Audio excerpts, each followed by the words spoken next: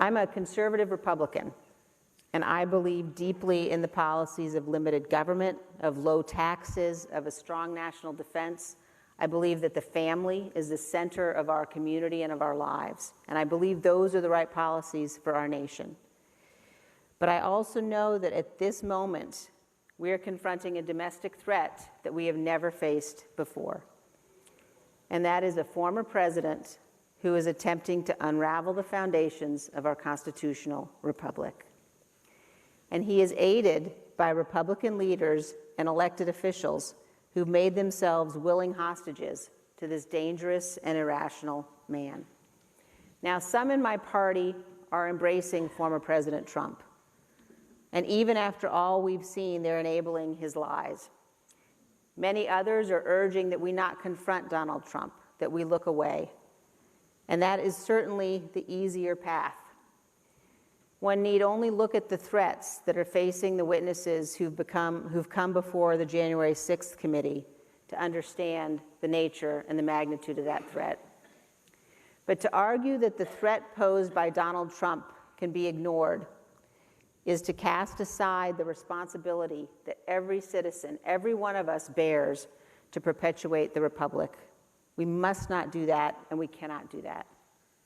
Ronald Reagan said it is up to us in our time to choose, and to choose wisely, between the hard but necessary task of preserving peace and freedom and the temptation to ignore our duty and blindly hope for the best while the enemies of freedom grow stronger day by day.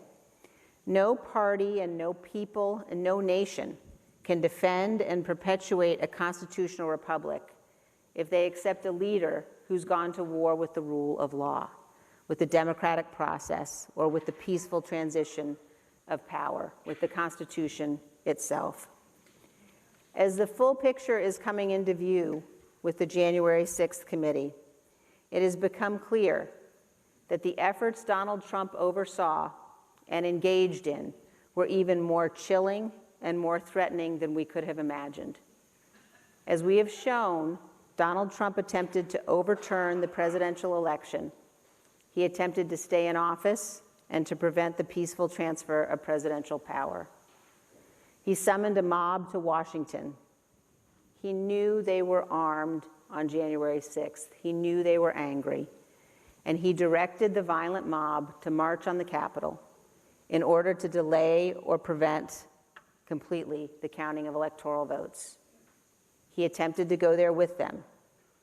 And when the violence was underway, he refused to take action to tell the rioters to leave.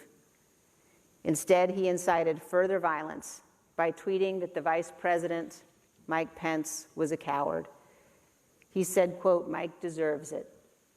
And he didn't want to do anything in response to the Hang Mike Pence chants. It's undeniable. It's also painful for Republicans to accept. And I think we all have to recognize and understand what it means to say those words and what it means that those things happened. But the reality that we face today as Republicans, as we think about the choice in front of us, we have to choose, because Republicans cannot both be loyal to Donald Trump and loyal to the Constitution. At this moment,